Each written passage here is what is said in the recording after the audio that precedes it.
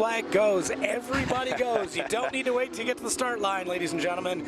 You see that flag and you start racing, and a few drivers getting caught up pretty early on as the pace car comes off and they come down the straight. Yeah, that starter might as well have a lighter in his hand because he's about to ignite a fuse. Explosive energy in the GRIDLIFE Rush Series Championship. Here we go. WeatherTech Race, we're going to take a little bit of smoke from one of the cars on the front three rows. Green flag, and we're underway. Everybody will have to scatter around Nico Prats and Cole Gamba. Andy Vogel trying to poke his way up to the outside of the turn in Concepts purple car. Down to turn 2. One car in the dirt looking for road that doesn't exist. Yeah, that might be smoke off Bryce Mersberger, which is not good for him, but it might have been cleared up. We'll have to keep an eye on that. And was Ryan Leach able to keep that lead? Pretty tough to tell. Pack looking very, very collected at this point in time. Not a lot of jockeying. Everybody kind of holding in. We're seeing a bit more smoke again. And what car is that coming off of? Is that Blair Hosey? I don't want to say that. Hosey's up in third, so I don't think it's that car. But that's a lot of smoke there. Could be a tire rub from some kind of potential contact, but he is definitely slowing now. I get a number on the side of that. It's the blue and red car. Can't quite see it there as they blaze by us in turn 5, but it's going to create an issue for sure. You can't have the bodywork rub it for that long. Sometimes the tire will kind of self-clearance, but that looks to be a lot of smoke. It's going to get worse here at the compression at 6. Yeah, and there it is, starting to really, really bellow out now that from that right rear. So it doesn't seem like it's coming out of the exhaust, but I think you're right. That bodywork rubbing and falling pretty far back in the pack as everybody else has to avoid a little bit of it. Now they're diving into the corkscrew, and we'll see them hopefully single file. Well, a couple of drivers going for a dive. Ooh. Spicy, but so far so good on the run down the hill. And still a lot of smoke out of that car, trundling down through Rainy Curve.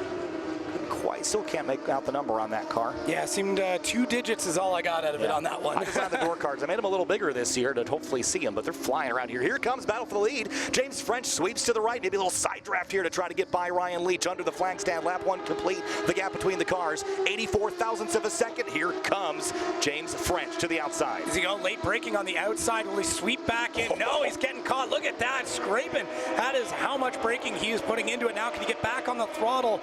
Or are we going to see Hosier able to clean things up behind the 2 cars that are battling? Often when you get these battles going, it's the car behind that's hunting them down that's able to take the most advantage of it. But French not able to make the pass, but actually losing a little bit of pace. And Hosier now able to clean up a little bit of room. And Mersberger and Batley are watching this from 4th and 5th and hoping these front 3 start to scrap. Down to the braking zone for 5. Leach a little wider on the entry, and French has been stronger on the brakes so far. Tracking out again, no worries about track limits here. Everything paved is fair game. But Leach, French, Hosey, how many times have we said that this season? We're going to probably keep saying it all weekend unless somebody decides to do something a little bit more wild or potentially going off. But no one wants to win a race like that. Leach still holding down that lead pretty well. French following him behind, now closing up that gap once again. We've seen him go for some crazy moves through here, especially those sweep back on transition. There it is. Oh, he went for it. He wanted it, but wasn't able to hold the grip coming through it. Now sweeps back onto the inside. Man, he is fighting for this. French is just going to war. Yeah, this is super fun to watch, but as soon as they get side by side, that's going to bring Blair Hosey in to maybe pick their pockets. They have to keep an eye on their rear view mirrors here. Bryce Mersberger and Jalen Batley, they ran nose to tail race after race in Chicagoland a couple of weeks ago at Autobahn Country Club. That was a non-points event there, but Mersberger came out on top all 4 times. I bet you Batley's tired of looking at the back of that 114. Yeah, and Mersberger not able to really keep up the first 3 in the pack, and now he got that off. Still can't see the number on this car. Man, I'm on like 48. Is that right? I think that's what I saw. That's okay. We'll get there. Now we're getting our... There we go. And it looks like French are trying to get that pass done. And now they're going side by side coming into this corner. Ooh. Oh, that is so tight. Wow. Nothing between them. Are on the outside at 3. Leach opens the door again, but he can't lunge up the inside. He stays 2nd place for now. By the way, thank you to our team behind the scenes there. It's the number 45 car, Sebastian Beaupre, that had the tire rub. So he's off course now, unfortunately. But lead change and French out front. Yeah, that is absolutely wild. Just an incredibly heroic move there. But Hosey now able to get that draft in, and is he going to go for a move in a similar spot? We'll see as we get a little bit of sparks to that compression in 6. Hosey kind of taking his time, trying to figure when the best spot is to make that dive, and just see if he wants to go for it. I mean, I say hold off for just a little bit longer. maybe hope for some sort of opening, but those opportunities don't come very often. So when we started the year, Ryan Leach won the first 12 races at CMP, Road Atlanta, and GRIDLIFE Midwest Festival at Gingerman Raceway. When he went to Road America, didn't win a single race there. You know who took advantage of that was James French and Blair Hosey. And when we went to the next round at Lime Rock Park, Ryan Leach was second, first. The driver that beat him there, Blair Hosey, again. So the only other drivers to beat Ryan Leach this year are the two drivers that flank him right now, one in front, one behind. Yeah, that is going to be really interesting, as now we get the update on the scoreboard there. French officially leading that lap, and more sparks under braking for all three cars, running quite low and getting those cars a little bit softer to get through these corners. There's very minimal setup changes that they can make, but it looks like those three have all made very similar changes to run that tight in the pack, and you can start to see, I guess, some of the groupings as we come through turn 2. Yeah, and you can run lower tire pressures as well, just get a little bit more mechanical grip, but when you do that, you're going to lower your effective ride height. And with that lead change, have a look at this. It puts James French out ahead of Leach by 1 point in those weekend points. Interesting. So French has really got to hold on to this, and Hosey still trailing a little bit behind, but we've got more races still to go, and he can clean that up, especially as we see how competitive the battle for French and Leach is right now. Whoa.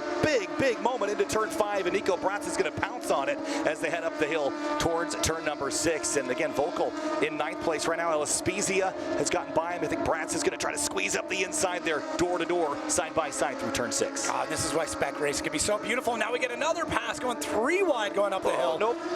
No, we're still going to try it. I can't believe it. No, someone's got to back out. Not going to work over the crest. Do they come out of it okay? Sort of. Bratz has to cut the course, and that was a big move there by Omar Kayal in the 3.50. Wow. Holy. No, there's very few drivers that are going to try that, but sitting a little bit further mid-pack, you might go for a bit of a dive like that. A little reckless, but it pays to be reckless sometimes. These guys, I don't know how they do it. They're so aggressive in these races here. And back under the inside, Andy Vocal at turn 11, and here comes Bratz back with them as well. Ryerson Whistle chasing down, move a little side by side, taking swings at each other up the front straight. Yeah, and for Vocal, he needs this. In second in points currently, and I mean, if he's going to have any fight back, especially with the way the French is driving, Vocal needs every point he can get. Go, turn 1. Contact there, maybe slightly, but Bratz had to take to the yellow sausage curb.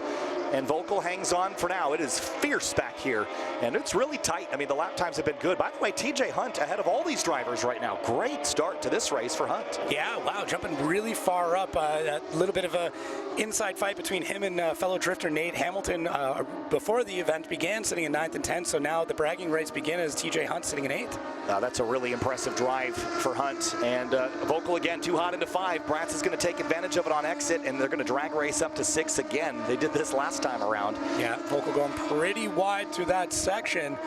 And now we'll see if Kayla is able to adapt to that and make a bit of a dive as well. So aggressive. They're just leaving nothing out there.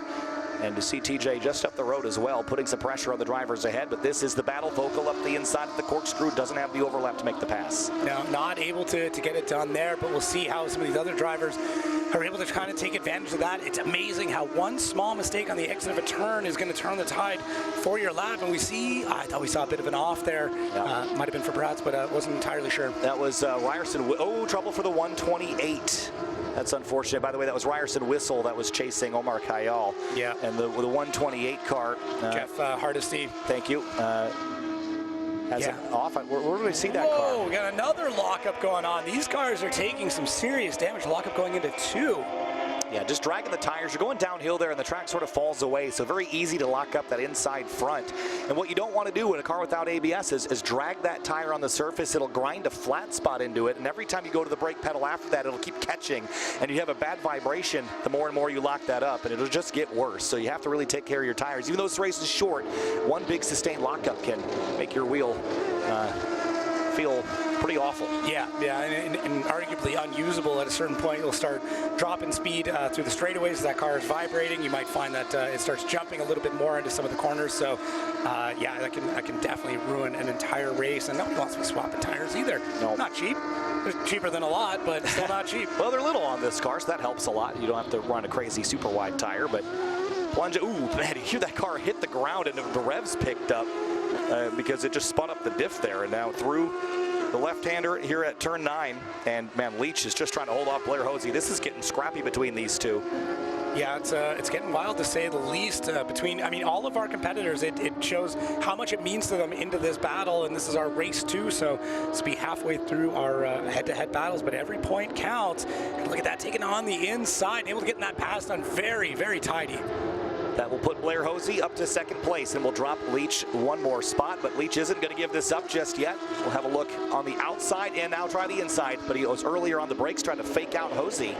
See if he can get him to overdrive that first corner. Yeah, and French now taking on a bit more of a commanding lead, able to get that dive in a bit earlier on in this race and doing a great job. And now Leach deciding to try and cut to the inside, does a great job. And Hosey, you see him try to over-under there, getting on the throttle a little bit sooner, but wasn't able to carry enough speed to do that. All the while, James French is gone. Goodbye. Yeah, that's it. That's it. As soon as he got that fresh air, he's doing an incredible job of extending out that gap. So every turn right now between Hosey and Leach is becoming a war.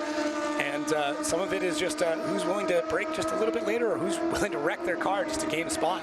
Yeah, Blair Hosey has been slightly faster this race. See the best lap delta, 45 thousandths disadvantage to Leach. So he's a little slower, Leach is, than Hosey over the course of this race, but Hosey runs behind him. So it's not always the fastest car that finishes ahead. But it will be the fastest car that sets up for our next race, so there's going to be part of that as well. So, yeah, you may not be able to get ahead, but maybe you can just put in one heater of a lap and then gain that spot back for the next race, have a bit more of an advantage, although I'm finding that the starting order gives you a bit of an advantage, but not much. Yeah, again, you can make big moves here when you go 4 wide into turn 1. Full course yellow. That's going to bring an interesting end to this race. Not sure what for or where. Don't see anything from our vantage point up here, but that is only 4 minutes to go. So if this is more than just a lap, this could be the end of the race. See a truck over there? Oh, that's Hassan Ahmed at turn 11. That might be a pretty quick off where he is. They can kind of drag him across course, but we'll have to see there as we start to see some personal bests coming in. TJ Hunt, Brat's getting in another personal best, so we're picking up those times for a lot of these drivers coming across the line, and we'll have to keep our eye out for those yellow flags to see what ends up happening. Pace car and now out on track. So while we're under safety car here, you mentioned the fastest lap is how we grid the next race. We can actually sort the ticker to show you how the next race grid is going to look. So we'll have Mike behind the scenes flip that for us here in just a moment. And here you go. Oh, so Mike, my hero. This is going to be your order for race 3 if we finish as is or if the lap times don't change. So that'll put French and Hosey on the front row. Leach, Mersberger, Batley, no changes there. But Andy Vogel and 10th. So it doesn't really change a ton, but it does kind of shift and shuffle things a little bit for that front row, because Hosey right now is behind Leach on the racetrack, but ahead of him is fastest lap time. It also means, too, if you do have that incident, it doesn't mean you're completely out of the next race. You might have put in a really, really good lap time, and now you've got an overnight to be able to get that car repaired. So just because you had an incident, as we did get a quick flash of another vehicle off track, so counting 2 as we go right now, which just further embeds the idea that we may be finishing under yellow here. Nobody wants to finish under caution, but them's are the rules of racing. Yeah, I also wonder, again, as far as the... I like it when you wonder. Well, just because, you know, we only have 2 minutes to go, but our races are 15 minutes in theory. Okay. We have a little bit of wiggle room. We don't have rules that say the race is always 15 minutes. So here's what I'm going to propose. It's the tail end of the day. There's nothing after this. No. We have the opportunity to run a couple extra minutes in this race in order to get a green flag result. The hope is to get a green-white checker. If you're familiar with NASCAR stock car racing, that's either, in our case, a green flag lap followed by the final lap, or just a green and a white together in a 1-lap shootout to the end. Whenever possible, we try to finish under green, but if it's not possible, we can end under yellow, but we just have to fit in the window. There's just nothing after this, so we might be able to get a green flag. And this is what happens, ladies and gentlemen, when a commentator tries to plead to a race director. That's exactly what we're seeing here, trying to influence the show, but we're here for the show. And I completely agree. I would love to see, especially as they're all stacked up, give us a 1-lap shootout to really determine what the placing is going to be. We already know what the start looks like. Imagine if the finish looked that much closer. You know who hates that idea? French. James French. Yeah. Oh, another car pulling off to the side. Is that Ellis Spezia in the 111? It might be. Uh-oh. He was up in 8th place and pulling off to the inside. That is going to be heartbreak for the young racer. would have just rather had this race be frozen as is, right? But the upside too is now, was that sort still on lap time, or was that we're back to normal now. So. I thought that might have been his lap time. He should be fairly close to that. We're green. Well, we're green, but the problem is that we've got a car on course there at turn 9, and I don't think they had time to react to it. So we're gonna have a yellow at sector 3, but on the green flag, French trying to defend. Here comes a whole host of drivers down into turn 1. Oh wow, French doing a great job keeping out front, taking that mid line to try and fight off anybody coming either inside or outside. But now it's getting real scrappy, coming from 2 to 3. Who's gonna make the dive bomb? Is that Batley on the outside trying to steal this race? It is. He's in the dirt though, and he can't do it. And who's in the middle there? Is that TJ Hunt? It might be. Way. I think TJ Hunt has just moved himself way up the pack on that restart. What a great job of getting the traction down. And I think that's putting him up into what, 4th? It is TJ Hunt, and he's looking for 3rd place on the brakes alongside Jalen Batley. There's Michael Schneider in the 2 car. He's got Where it done. did they come from? P3 for TJ Hunt. Wow, TJ Hunt, what is happening here? We're seeing a bit more contact smoke going on. Yeah, that's Leach with a right rear tire rub. That's, if he blows that tire out, that could be huge, not only for the weekend title, but the championship as well. What a scramble. Oh boy, and this is what you get at the tail end of these races here. Down into the corkscrew, potentially for the penultimate time. French, Michael Schneider, TJ Hunt. Oh, and Schneider was flying off these cars. Yeah, Schneider with a hard bottom out coming through that corkscrew, losing a bit of aero, and that's pretty detrimental. Oh! Is that Leach again, just getting a bit sideways there. Oh, and we got a yellow flag here, so they can't make passes, but Leach just trying to survive with that right rear tire. Oh, he's praying for a checker coming around this corner. I don't think we're going to get checker. We'll probably get a white as we come across the line here. Let's see. James French coming across the line, and it is going to be a checker. Wow. James French wins the race. Then it's Michael Schneider and TJ Hunt on the podium. How about that? Oh, man. Big ups for the Drift Boys for TJ Hunt. That's incredible with the... Yeah, just man, what a bold move through that pack. We had about 6 drivers all going into turn 2, and just James French gritting his teeth, taking that midline, defending them all off. But he might have won the race, but to me, TJ Hunt is the big winner in that one, coming all the way back up from 8th and making that dive. Oh, man, that is massive. That's just finding an open spot and going for it.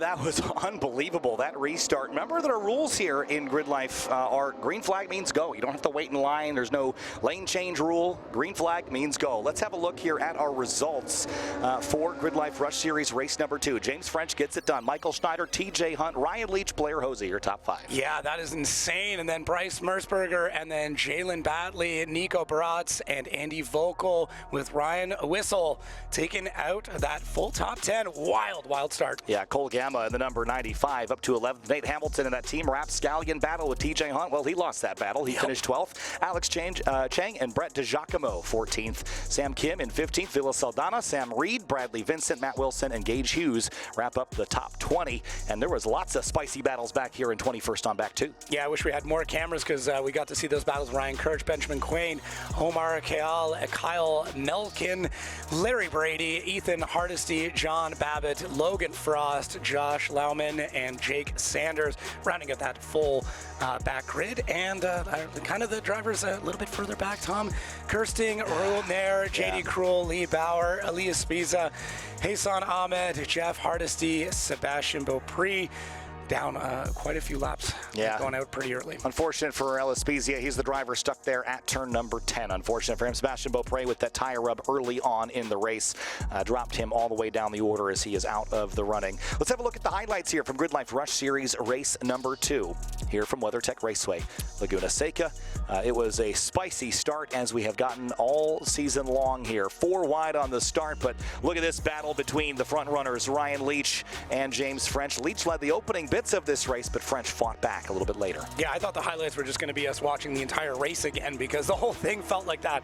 So many battles. I mean, for the front of the grid, mid-pack, all the way through. It's unfortunate we just can't see every single camera angle for every single corner, because what an incredible race. And this is what I'm talking about. Look at that bump, basically bump drafting going into 2 and getting that sling out. And we see a lot of bottoming out coming through the corkscrew. Drivers trying to just find any single spot to pick up some time.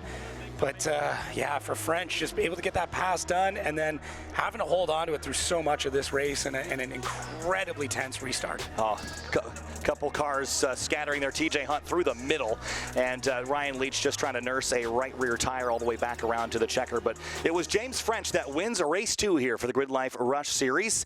And with that, I think we should talk to our race winner. That is James French, and he's down with Jonathan Grace just after the scales there.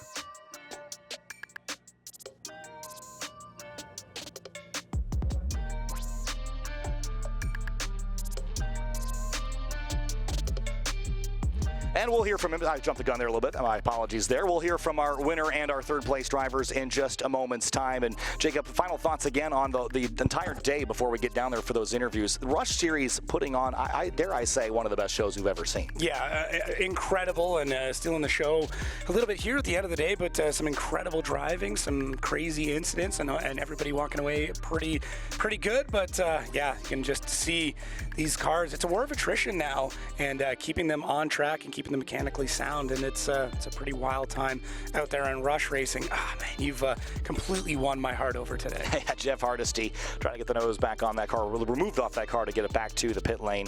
Unfortunate end for Jeff in the 128, and of course Ellis Spezia at turn number 10. Of course, tough luck there under the full course yellow, got stuck, some kind of issue preventing him from finishing the race.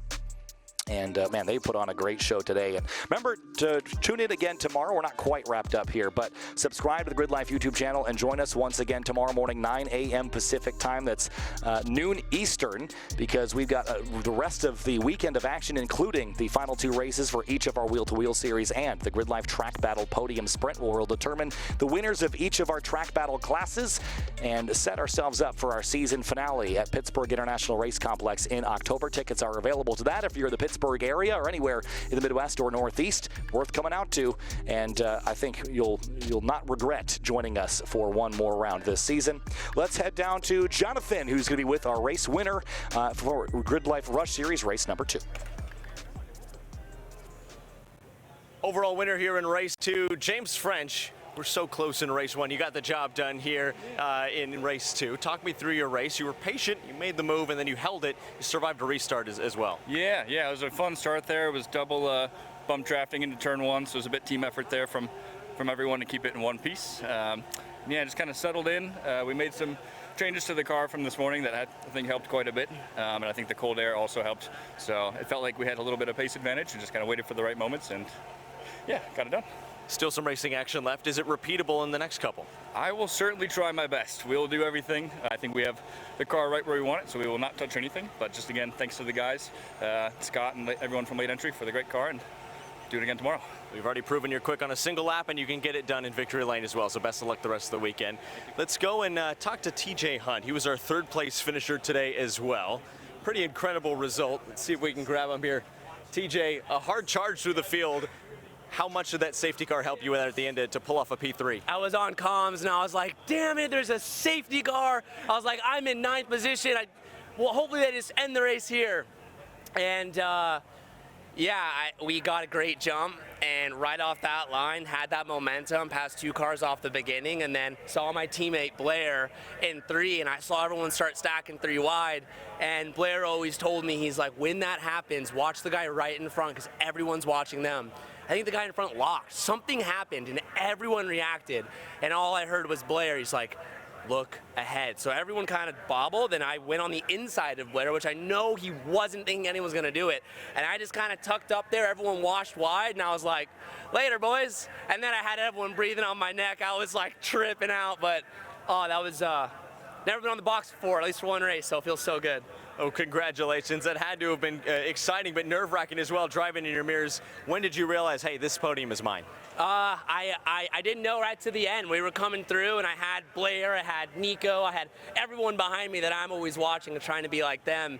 And then we came around turn 11, tried to just not do any oversteer, understeer, saw the checker, I started screaming on the mic. I'm like, we did it, boys, P3, Blair's behind me. And it was Oh man, so many emotions, so many emotions. Well, congratulations on a well-deserved and a hard-charging P3. Thank you so much. Guys, that's TJ Hunt in third place. Kyle, back to you in the booth. Thanks, Jonathan. What a great interview that was, and congratulations again to TJ Hunt. I knew he was smiling. That was super cool. Yeah, emotions on his sleeve on that one, and well-deserved for TJ Hunt. I mean, if you don't go for a gap, are you even racing anymore? And he went for it, that's for sure. Well, Dave.